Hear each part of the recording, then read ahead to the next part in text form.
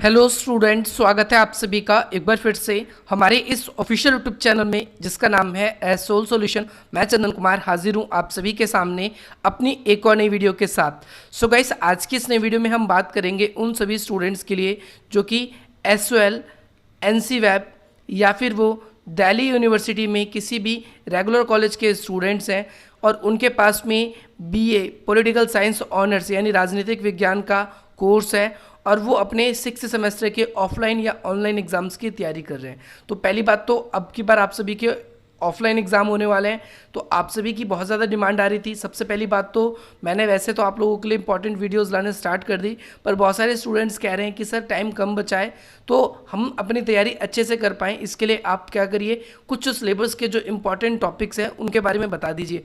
तो आप सभी की ऑन डिमांड पर ये मैं वीडियो लेकर हाजिर हूँ।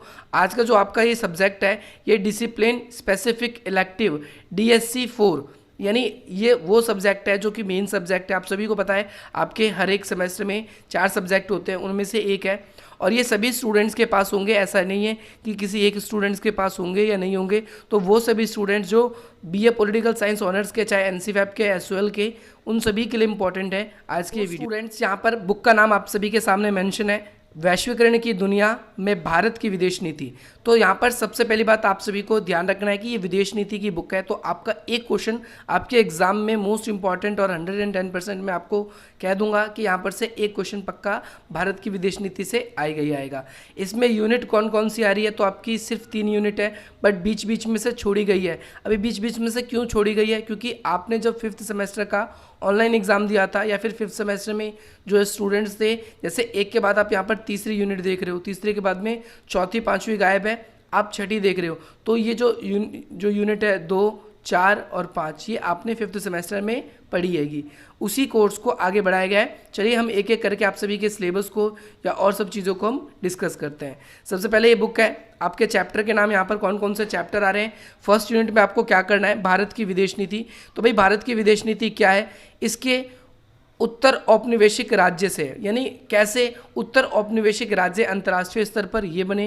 देखो यहाँ पर एक तो आपको दुनिया के बारे में भी भारत को रिलेट करते हुए पढ़ना है। तो यहाँ पर आप सभी को उत्तर औपनिवेशीकरण पढ़ना है। औपनिवेशीकरण का मतलब क्या होता है कि हम कॉलोनियल सिस्टम की बात करते हैं। देखो बहुत बार बच्चे, देखो आप सबने अभी क्लास 12 तक के बाद में ऑनलाइन एग्जाम दिए हैं या फिर ऑफलाइन भी दिए हैं, तो बहुत सारे स्टूडेंट्स ऐसे होते हैं जिन्हें औपनिवेशिक का मतलब ही नहीं पता। औपनिवेशिक का मतलब होता है कि भाई जब कोई विदेशी आपके देश में आकर बस जाता है और अपनी कॉलोनी बना लेते हैं और धीरे धीरे वो आपकी राजनीतिक और आप सभी की सारी जो व्यवस्थाएं हैं उन सब पर उनका कंट्रोल आ जाता है, वही क्या कहलाता है, औपनिवेशीकरण कहलाता है या औपनिवेशिक राज्य कहलाते हैं। अब यहाँ पर समझना है भारत की विदेश नीति और उत्तर, अब इसमें भारत की विदेश नीति को प्रभावित करने वाले कारण, भारत की विदेश नीति के तत्व, ये सारी की सारी चीज़ें आपको इस वाली यूनिट में पढ़ना है। अभी मैं आपको डिटेल वाइज दिखाऊंगा कि किस किस यूनिट में कौन कौन से टॉपिक पढ़ने हैं, कौन कौन से इंपॉर्टेंट है, कौन कौन से आप मत पढ़िए, ये भी आप सभी को आज की इस वीडियो में बता दिया जाएगा, लेकिन कंप्लीटली बताया जाएगा। अगली यूनिट आप सभी के है भारत के साथ चीन की भागीदारी।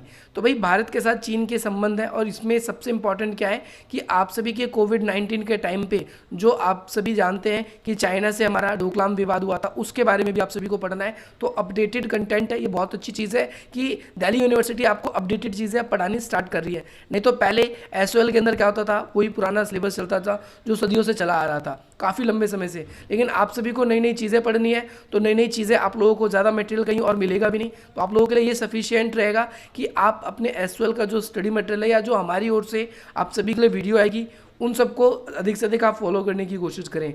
अगली यूनिट में है आप सभी के लिए बहुद्रव्य में विश्व भारत। भाई इसमें हमें कई सारे जो देश के संगठन हैं उनके बारे में हमें पढ़ना आएगा। हम एक एक करके बात कर लेते हैं। जैसे हम अगली स्लाइड पे आगे, अभी आपकी फर्स्ट यूनिट है, देख सकता हूँ फर्स्ट यूनिट, और इसका नाम भी है भारत की विदेश नीति, एक उत्तर औपनिवेशिक राज्य से एक महत्वाकांक्षी विश्व शक्ति, यानी भारत कैसे एक महाशक्ति बनती है। इसमें सबसे पहले इस चैप्टर का आपको इंट्रो पढ़ना होगा, भूमिका। इसके बाद में सबसे इंपॉर्टेंट है इस चैप्टर को समझने के लिए ये वाली चीज़, जो चीज़ इंपॉर्टेंट है उसके आगे मैं इस तरीके से आप सभी के लिए स्टार बनाऊंगा या फिर आपके सामने मैं AI लिखूंगा। तो यहाँ पर ये सबसे इंपॉर्टेंट है आप लोगों को उत्तर औपनिवेशीकरण की व्याख्या। पहले आपको ये समझना है, अगर आप लोगों को ये समझ नहीं आएगा तो आप लोग उत्तर जो औपनिवेशीकरण के जो लक्षण है जो पेपर में पूछे जाते हैं वो समझ ही नहीं पाओगे। तो सबसे पहले इसकी व्याख्या समझनी है, फिर इसके लक्षण भी हैं इसके अंदर। इसके बाद भारत की जो विदेश नीति है उसके क्या क्या सिद्धांत है और क्या क्या निर्धारित तत्व है। वैसे तो इसकी वीडियो आप लोगों के लिए ऑलरेडी अपलोडेड है, परंतु अब आपका नया अपडेटेड कंटेंट आया है, तो अपडेटेड कंटेंट के साथ आपको हम नई वीडियो भी प्रोवाइड कराएंगे। लेकिन आप जब तक भारत की विदेश नीति क्या होती है या किसी भी देश की विदेश नीति क्या होती है, क्या क्या चीज़ विदेश नीति को इम्पैक्ट करती है, प्रभावित करती है, आप वो सारी चीज़ें वहाँ से देख सकते हैं। इसके बाद में हम बात करते हैं अपनी अगली स्लाइड पे और क्या पढ़ना है। इसमें भारत में आपको जो विदेश नीति है उसके निर्धारित तत्व तो आपने पढ़ लिए। इसके बाद में आपको गुटनिरपेक्षता आंदोलन पढ़ना है, ये भी आप सभी के लिए इंपॉर्टेंट है, ये भी इंपॉर्टेंट है। अब ये गुटनिरपेक्षता आंदोलन आप सभी को बताया, इसको इन शॉर्ट में हम कहें तो हम नेम कहते हैं। नेम का मतलब क्या है? नॉन अलाइनमेंट मूवमेंट, गुटनिरपेक्ष आंदोलन। तो ये आप सभी को पता है कि 1961-62 लगभग इस टाइम पे 1961-62 के लगभग में जो है बेलग्रेड सम्मेलन के साथ में गुटनिरपेक्षता की स्थापना हुई थी। पहला सम्मेलन इसका होता 5 देशों ने स्थापना करी थी। क्लास 12th में आपने इसके बारे में पढ़ा है, लेकिन इसके बारे में आपको डीप से पढ़ना है।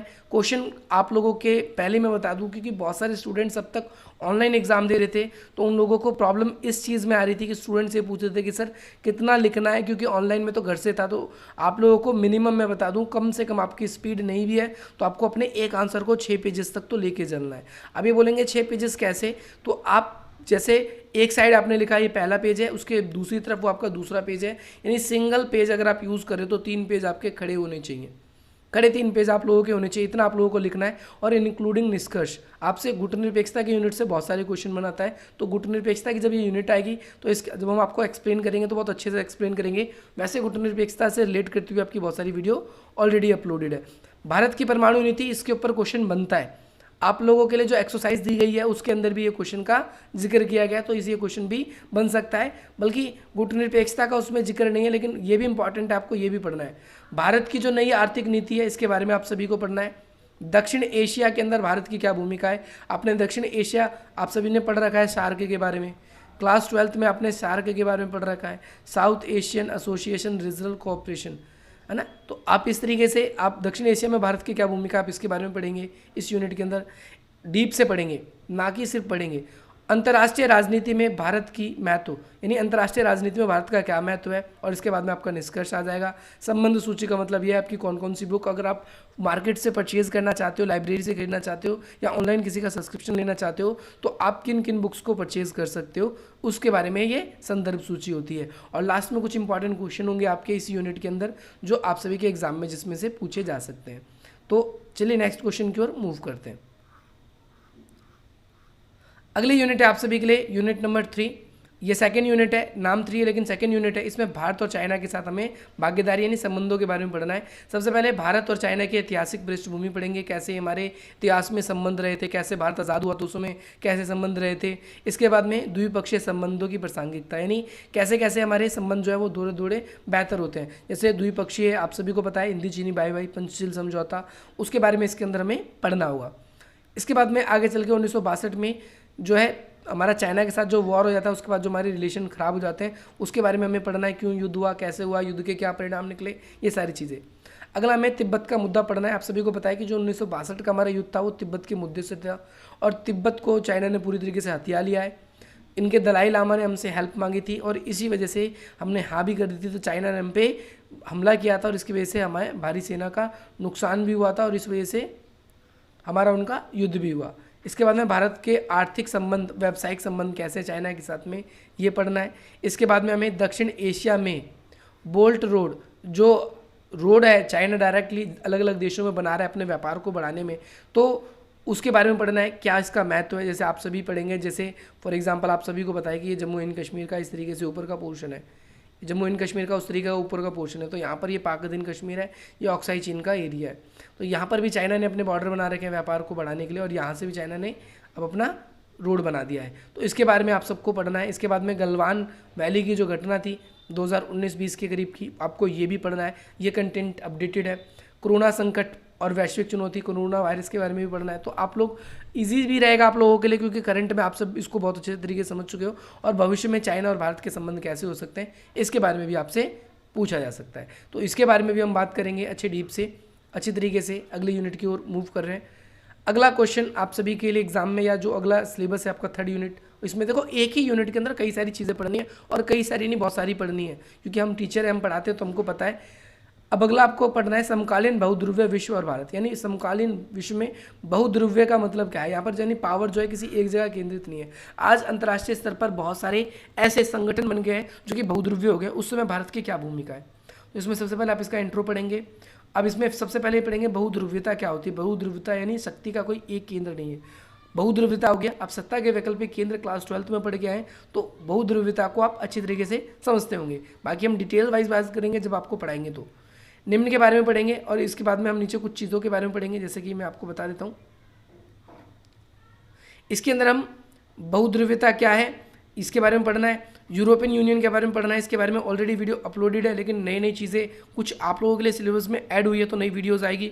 ब्रिक्स के बारे में आप सभी को पढ़ना है। संघाई जो सहयोग संगठन है, SCO, संघाई चाइना कॉपरेशन, है ना।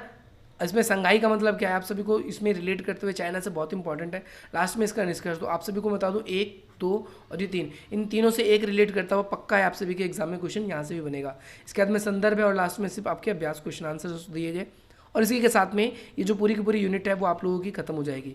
अगर आप लोगों को ये वीडियो पसंद आए, आपको ये सिलेबस पता चला, अगर आप लोग चाहते हैं हमसे कनेक्ट होना, तो आप हमसे इस तरीके से कनेक्ट हो सकते हैं। इसके अलावा आप लोगों के लिए जितने भी इंपॉर्टेंट वीडियोज़ होगी वो हमारी ओर से आप सभी के लिए समय समय पर आती रहेगी।